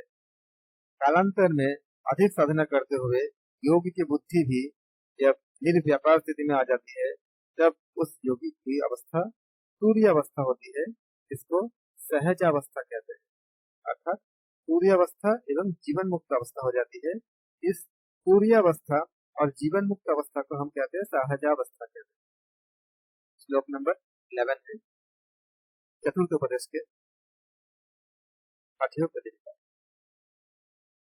श्लोक है, उत्पन्न शक्ति बोधस्य तक्त निश्चेष कर्मण योगिनः सहजावस्था स्वमेव प्रजायते। सुषुम्न वाहिनी प्राणे शून्य विशति मानसे तदा सर्वाणि कर्माणि निर्मूलयति योगविद। श्लोक है श्लोक नंबर 12। शून्य पद क्या होती है? साधना के द्वारा योगी के प्राण जब सुषुम्ना नाड़ी में बहने लगती है तथा उसका मन भी जब देश काल वस्तु के परिच्छेद से शून्य होकर ब्रह्म में प्रविष्ट हो जाता है, तो इस चित्त वृत्ति निरोध के ज्ञाता योगी प्रारब्ध सहित सभी कर्मों के फल को या सभी कर्मों को नष्ट या निर्मूल कर देता है। यह शून्य पद है। प्रश्न है, अमर क्या होती है? उत्तर है, समाधि के सतत अभ्यास से अपने प्रारब्ध कर्मों के जो नाश करते हैं, ये प्रारब्ध कर्मों के नाशक ये अमर योगी अमर होते हैं। श्लोक नंबर 13 में बताते हैं कि अमराय नमस्तुभ्यं सोऽपि कालस्य त्याजित पतितं वदने यस्य जगदित्वचार चर्चा। श्लोक नंबर 13। प्रश्न है, जीवन मुक्त अवस्था किसे कहते हैं? अठ्योपदेश करके चतुर्थ उपदेश करते हैं। उत्तर है, सुराज्य सुभिक्षा संपन्न और धार्मिक देश में रहकर साधक जब सुषुम्ना नाड़ी के सभी भेद और गुरु उपदेश को जानकर प्राण वायु को जब साधक अपने प्राण वायु को मध्यस्थ यानी सुषुम्ना नाड़ी में प्रविष्ट करके उसको ब्रह्मरंध्र में निरोध करता है। प्राण वायु के निरुद्ध करने पर मन भी निरुद्ध हो जाती है। मन प्राण और मन का निग्रह होने पर साधक को आत्म साक्षात्कार होना प्राप्त होता है, हो जाता है उसको प्राप्त होता है। ऐसे साधक इस अवस्था में जीवन मुक्त कहलाता है। प्रश्न है, काल विभाजन किसे कहते हैं? उत्तर है, काल विभाजन में 2.5 घड़ी सूर्य का भाग और 2.5 घड़ी चंद्र का होता है। इसमें सूर्य का भाग दिन कहलाता है और चंद्र का भाग रात्रि कहलाता है। इस प्रकार योग शास्त्र में समग्र काल 5 घड़ी का मानते हैं। लौकिक काल में यह 12 दिन और रात मिलाकर के 12 into 5 = 60 घड़ी का काल एक अहोरात्र माना जाता है। याद रखिएगा शब्द को, अहोरात्र कितने होती है? 60 घड़ी का होता है। 12 into 5 = 60 घड़ी। इस काल से प्राणियों की आयु की गणना किया जाता है। इसी कालमान से प्राणियों की आयु की गणना की जाती है। जब योगी की प्राण वायु सुषुम्ना मार्ग से प्रवेश करके जब ब्रह्मरंध्र में जब लीन रहती है, उस समय इस काल गणना में कोई परिगणित नहीं होती। मतलब उस समय जो उनका जो उम्र होती है उसको काउंट नहीं होता। इस प्रकार जब तक प्राण वायु सुषुम्ना में रहती है तब तक उस काल योगी की आयु वृद्धि नहीं मानते हैं। जैसे उदाहरण के लिए मान लीजिए कि अगर किसी का आयु अगर 100 साल मान लीजिए लेके आए हैं और अगर 40 साल के उम्र में अगर उस योगी महाराज जी ने अगर अपने प्राण वायु का अगर सुषुम्ना में अगर स्थापित किए हैं तो उनके पास उम्र कितने बची है? आयु 60 साल बची है। अगर वो 2000 साल तक प्राण वायु को उससे सुषुम्ना में अगर स्थापित किए हैं तो वो 2000 साल उनका आयु में गिनती नहीं। इस तरह से एक योगी चाहे कितनी ही समय तक जी लेते हैं वो आयु में गिनती नहीं होती। जब उसमें से बाहर आएंगे उसके बाद उनका जो बची हुई समय में गिनती। इसलिए योग में ध्यानस्थ होकर के हजारों कहते हैं लाखों साल तक भी योगी जी लेते हैं क्योंकि वो गाँव नहीं, उस समय उसका आयु की वृद्धि नहीं मानते। जैसे ही योगी को ये समझ आता है कि उनका मृत्यु करीब है और अगर वो उनको मृत्यु नहीं चाहिए होता है तो अपने प्राण वायु को ब्रह्मरंध्र यानी सुषुम्ना में पहुंचा देता है और अपने मृत्यु को वो पराजित कर देता है। इसलिए योगी को मृत्युंजय अर्थात कालजयी कहते हैं। योगी का देह त्याग केवल उसकी इच्छा पर ही निर्भर होता है। प्रश्न है, नारियों में सुषुम्ना नाड़ी की क्या विशेषता है हठयोग के अनुसार? उत्तर है, हठयोग के चतुर्थ उपदेश में बताया गया है कि नारियों में सुषुम्ना की विशेषता इसलिए है कि मनुष्य के शरीर में अर्थात पंजर में 72,000 नारियों के द्वार अर्थात वायु प्रवेश का मार्ग है। उसमें सुषुम्ना यानी मध्यमा नारी ही शांभवी शक्ति है, लेकिन उस नारी में ध्यानस्थ होने से योगी को शंभु अर्थात भगवान शंकर की चित्त शक्ति प्राप्त होती है। अर्थात सुषुम्ना ध्यान भावना से आत्म साक्षात्कार की हेतु होती है। शेष नारियां इस दृष्टि से सुषुम्ना के आगे सुषुम्ना सर्वश्रेष्ठ है। बाकी नारियां सुषुम्ना के द्वारा श्रेष्ठ नहीं है, लेकिन सर्वश्रेष्ठ के सुषुम्ना ही कहलाते हैं क्योंकि सुषुम्ना के द्वारा आत्म साक्षात्कार रूप से प्रमुख योगीगण शंभु तक का अनुभव करते हैं, भगवान शंकर के चित्त की शक्ति को प्राप्त करते हैं। निरंतर अभ्यास से प्राण वायु जठराग्नि के साथ मिलकर कुंडलिनी शक्ति को प्रबुद्ध करने के बाद यदि उसको न रोका जाए तो वह सुषुम्ना नाड़ी में प्रविष्ट हो जाता है। इस तरह से योगी को ऐसा अभ्यास करते हैं। प्रश्न है, उन्मनी अवस्था किसे कहते हैं? उन्मनी एवं मनोन्मनी अवस्था का अभ्यास होता है। उत्तर है, आठवें प्रदीपिका के चतुर्थ उपदेश के अनुसार प्राण वायु के सुषुम्ना में प्रविष्ट होते रहने पर समाधि की उन्मनी और मनोन्मनी की अवस्थाएं योगी को स्वयं ही सिद्ध हो जाती है। योगी की प्राण वायु यदि सुषुम्ना में अगर सुषुम्ना वाहिनी न हो तो उसके अन्य सभी योगाभ्यास कार्य नहीं करते। इसलिए उन्मनी और मनोन्मनी की अवस्था जो समाधि की एक अवस्था होती है, यह योगी को प्राप्त होते हैं। श्लोक नंबर है 20 है चतुर्थ उपदेश में कि सुषुम्ना वाहिनी प्राणे सिद्धत्वेत मनोन्मनी अन्यथा त्यक्तारभ्यास प्रयाससैव योगिनाम्। प्रश्न है, सांभवी मुद्रा किसे कहते हैं? उत्तर है, जिस योगी के अंतःकरण या वृत्ति या दृष्टि किसी साकार देवता की मूर्ति या तत्वमसि इस ज्ञान में लीन हो चुकी होती है, जब वह योगी उस दृष्टि से किसी बाह्य विषय को देखता हुआ भी न देखते हुए के समाधि रह जाता है और उसकी यह स्थिति सांभवी मुद्रा है।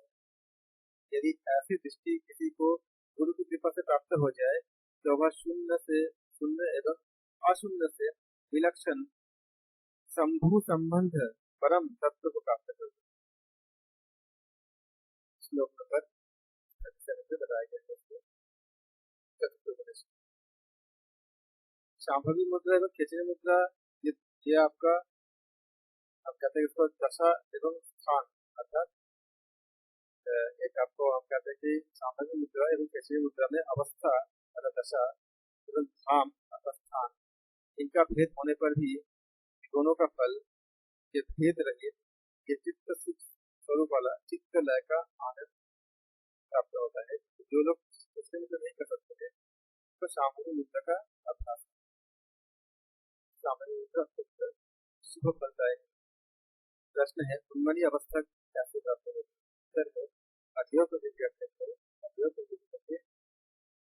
चतुर्थ उपदेश में हमें बताया गया है कि योगी अपने नेत्रों को कनिनिका जो तारों को नासिका के अग्रभाग में स्थित प्रकाशमान तेज से संतृप्त कर ध्रुवों को कुछ ऊपर उठाते हैं। तदनंतर पूर्वोक्त अंतर लक्ष्य बहिर्दृष्टि के अनुसार मन की व्याकार अंश में वृत्ति बना लेते हैं तो वह क्षण मात्र ही उन्मनी यानी समाधि की अवस्था में पहुंच जाते हैं। प्रश्न है, सांभवी मुद्रा के साथ मुद्रा से नादानुसंधान को चर्चा कीजिए। उत्तर है, चतुर्थ उपदेश में नादानुसंधान के अंतर्गत बातें बताई गई है कि मुक्तासन अर्थात सिद्धासन में बैठा हुआ योगी सांभवी मुद्रा को अंतर लक्ष्य बहिर्दृष्टि जो श्लोक में बताया गया है चतुर्थ उपदेश में अंतर लक्ष्य बहिर्दृष्टि इत्यादि पूर्वोक्त प्रकार से धारणा करता हुआ एकाग्र चित्त होकर अंतस्थित सुषुम्ना नाड़ी में प्रवाहित होने वाले उस अनाहत नाद को दक्षिण कर्ण से सुनने का प्रयास करने चाहिए। सुषुम्ना नाड़ी से जब हम नादानुसंधान करते हैं, जब कर्ण, नेत्र और घ्राण इन सब के दोनों छिद्रों तथा मुख को हाथ की अंगुलियों से निरुद्ध कर प्राणायाम से शुद्ध मल रहित सुषुम्ना मार्ग से सुनने पर यह अनाहत नाद योगी को स्पष्ट सुनाई देता है।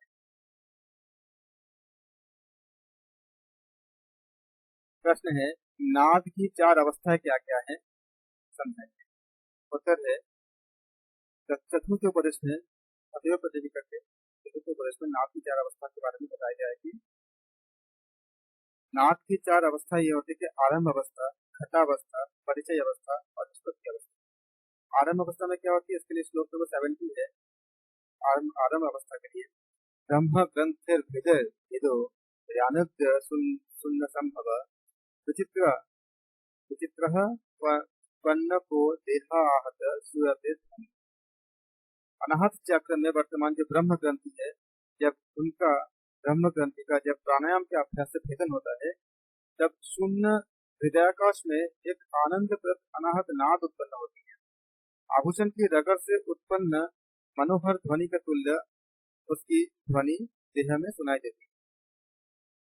आरंभ अवस्था के योगी का लाभ होती है कि आरंभ अवस्था में नाद की इस आरंभ अवस्था को प्राप्त योगी का समग्र हृदयाकाश प्राण वायु से पूर्ण हो जाता है तथा उसकी शरीर देवताओं के समान दिव्य आकार, दिव्य सुगंध और दिव्य तेज यानी प्रताप से युक्त रहता है और वो सदा हमेशा स्वस्थ रहता है। ये श्लोक नंबर 71 में बताया गया है। दिव्य देहस्य तेजस्वी दिव्य गंधक रोगवान संपूर्ण हृदय शून्य आरंभ योगवान भवे।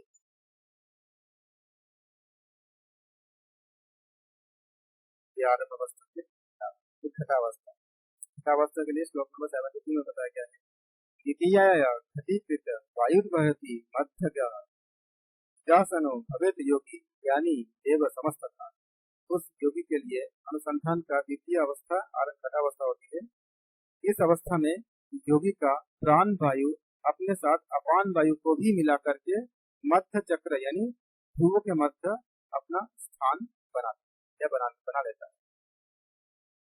इस अवस्था में योगी आसन में दृढ़ और देवता के समान ज्ञानी तथा रूप लावण्य में अधिक हो जाता है जब घटावस्था की उत्पत्ति। इस अवस्था में श्लोक नंबर 72-73 में बताया गया है कि प्राणापानो नाद बिंदु जीवात्मा परमात्मनो मिलित्य घटते यस्मात् तस्मात् च घट उच्यते। ये श्लोक नंबर 72-73 है। विष्णु ग्रंथि यदा भिन्नः परमानंद सूचकः अतिशून्य विमर्दस्य भेरी शब्दस्तथा भवेत्। ब्रह्म ग्रंथि के भेद होने के अनंतर ग्रंथ में वर्तमान विष्णु ग्रंथि का कुंभक प्राणायाम से भेदन होने पर वह अवस्था काल परम आनंद यानी भावी ब्रह्मानंद का सूचक होता है। उस समय उस अतिशय शून्य कंठावकाश में विविध प्रकार के विविध नादों का समूह होता है। इसमें भेरी, नगारा आदि के शब्द सुनाई देता है। परिचय अवस्था तृतीय अवस्था में तृतीया तु दिग्गयो विहायो मर्दल ध्वनि महाशून्यं कदायति सर्वसिद्धि समाश्रयम्। अब ग्रंथकार कहते हैं कि परिचय अवस्था में नादानुसंधान की तृतीय अवस्था का निरूपण करते हैं कि तृतीय अवस्था में जो परिचय अवस्था में योगी के भ्रुकुटी के मध्याकाश में मर्दल यानी ढोल वाद्य विशेष की ध्वनि सुनाई देने लगती है। यह ध्वनि योगी के चित्त को अतिशय आनंद प्रदान करती है। उस अवस्था में योगी का प्राण वायु उस महाशून्य यानी भूमध्य आकाश में पहुंच जाता है जो अनिमा आदि सर्व सिद्धियों का आश्रय स्थल यानी स्थान होता है। आश्रय स्थल यानी स्थान होता है। अर्थात उस महाशून्य में प्राण वायु का विरोध करने से योगी को अनिमा आदि सिद्धियां प्राप्त हो जाती है। यह ध्वनि योगी के चित्त में एक अलौकिक आनंद को आविर्भाव करती है। इस आनंद के होने पर वहां पर वात पित्त कफ जन्य रोग जो होती है, जो दुख, जरा, बुढ़ापा, भूख, प्यास, निद्रा का अभाव हो जाता है। निष्पत्ति अवस्था, जब निष्पत्ति अवस्था होती है, जब प्राण वायु आज्ञा चक्र से रुद्र ग्रंथ का भेदन करके ईश्वर स्थान में भ्रुकुटी के मध्य में पहुंच जाता है, तब उस समय उद्भुत निष्पत्ति अवस्था में प्राण वायु के ब्रह्मरंध्र में पहुंचने पर गेनु यानी वंशिक से निकले हुए शब्द के समान शब्द सुनाई देने लगता है। योगी का उस अवस्था में एकीभूत चित्त राजयोग की यथा चित्त की एकाग्रता कहलाता है। उस समय योगी में सृष्टि का संहार करने की क्षमता आ जाती है, अतः वह ईश्वर तुल्य हो जाता है। श्लोक नंबर 77 में बताया गया है कि एकीभूतं तथा चित्तं राजयोगाभिधानकम् सृष्टि संहार कर्ता सौ योगीश्वर ईश्वर समो।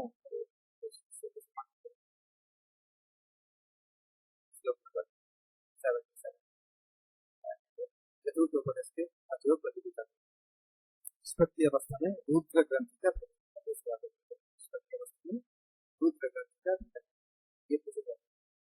आरंभ अवस्था में ब्रह्म ग्रंथि का भेदन होता है।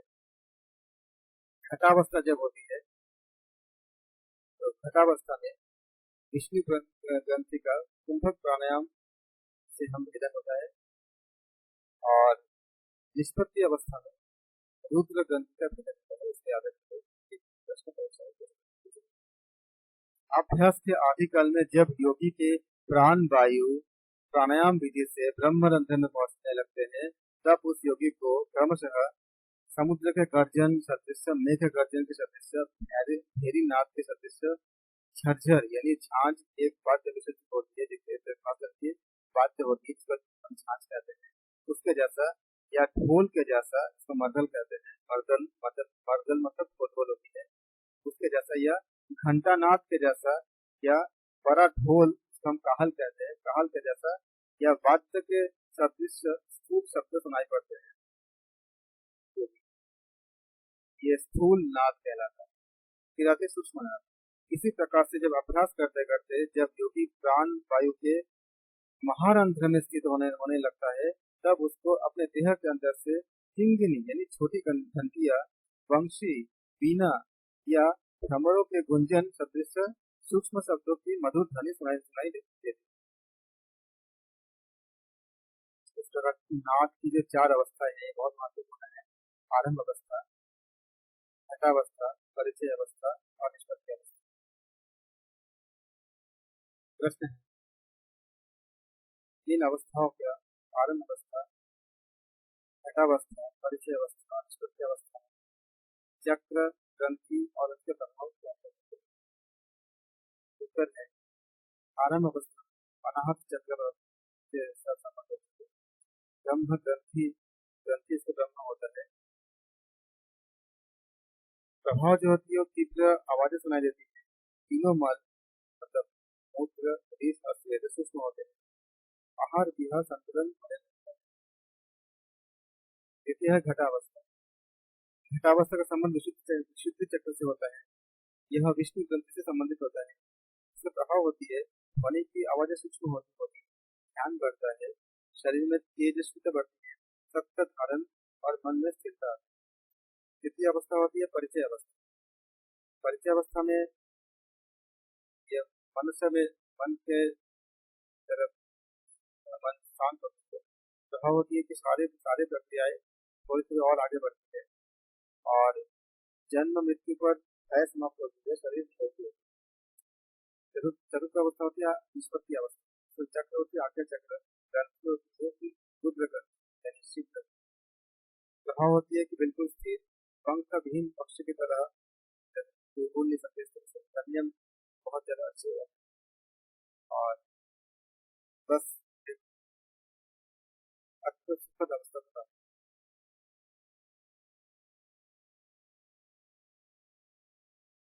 भवन्तु सुखिनः सर्वे सन्तु निरामयाः, सर्वे भद्राणि पश्यन्तु मा कश्चित् दुःखभाग् भवेत्। ओम